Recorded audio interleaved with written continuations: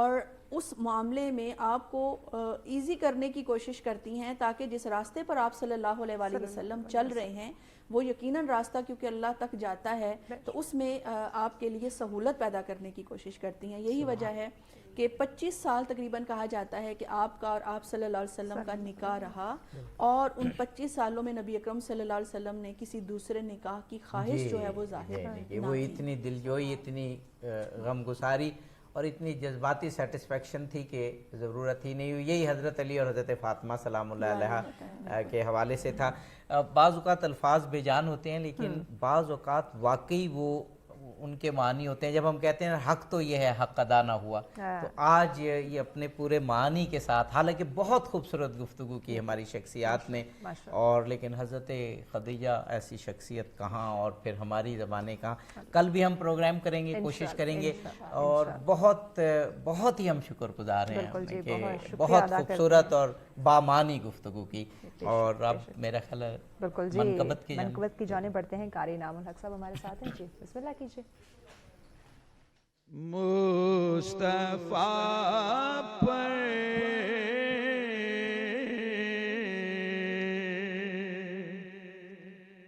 فدا ختیجہ ہے،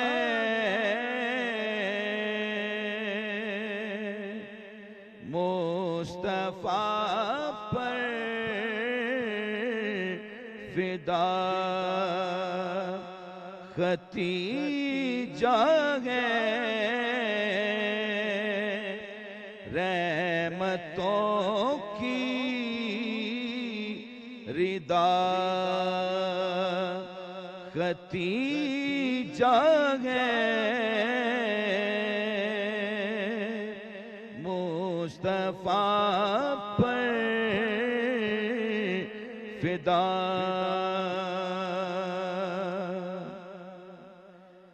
سب سے پہلے حضور کو مانا،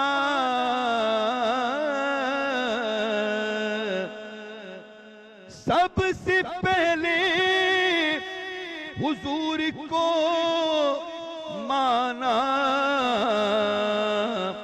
نور راہ خدا ختیجہ ہے، نور راہ خدا ختیجہ ہے، مصطفیٰ پر فدا ختیجہ ہے، مادر مومنی ہے وہ ساجد طاہرہ پارسا ختیجہ ہے،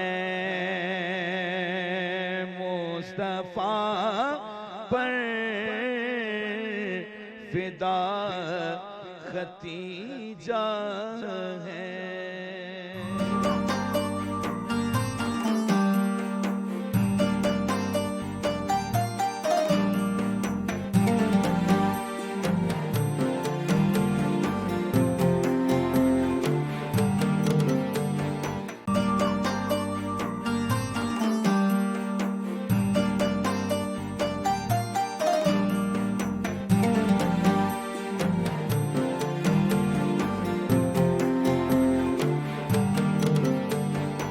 ویلکم بیک ناظرین. یہ ڈاکومنٹری آپ نے دیکھی عبدی صاحب.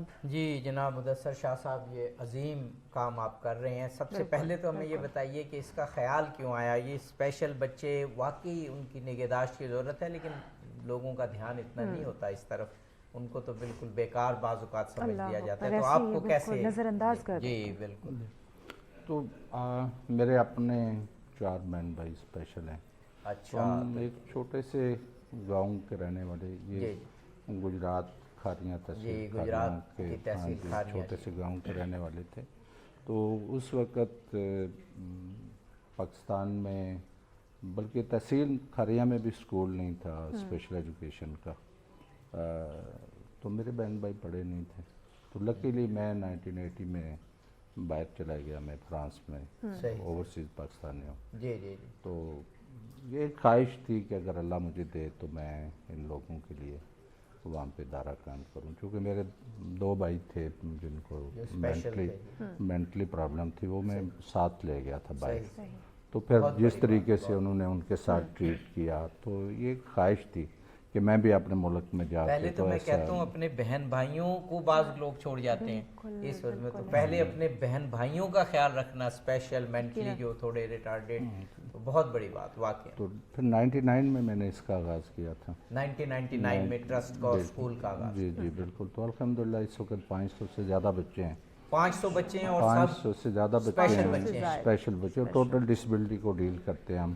الگ الگ اسکول ہے، یہ کمپلیکس ہے، اسکول فار بلائنڈ، اسکول یہ ابھی ہم نے بلڈنگ دیکھی، اور بلڈنگ بھی آپ نے بڑی خوبصورت بنائی ہے، بڑی روایتی۔ آرکیٹیکٹ فرینچ لے کے آیا، میں نے بڑے شوق سے اس کو، جی میری وائف فرینچ ہے، یہ ہم دیکھ رہے تھے، بہت خوبصورت بلڈنگ ہے۔ تو ہم نے ایک کوشش کی، انسان کے بس میں کوشش ہوتی ہے، ہم نے بھی ایک کوشش کی۔ تو آج بھی گورنمنٹ پاکستان نے تحصیل لیول پہ اسکول بنائے ہیں یا ڈسٹرکٹ لیول پہ۔ ہمارا جب یہ پروجیکٹ ہے، یہ رورل ایریا کا پروجیکٹ ہے، کیونکہ ہم گاؤں کے رہنے والے، تو یہ تھا کہ چونکہ ہمارے بہن بھائی نہیں پڑھے تھے، گاؤں میں تھے، تو آج بھی پورے پاکستان کے اندر 10 علاقوں میں کوئی اسکول نہیں ہے، تو یہ ایک بہت بڑی ضرورت ہے۔ بہت بڑی ہے۔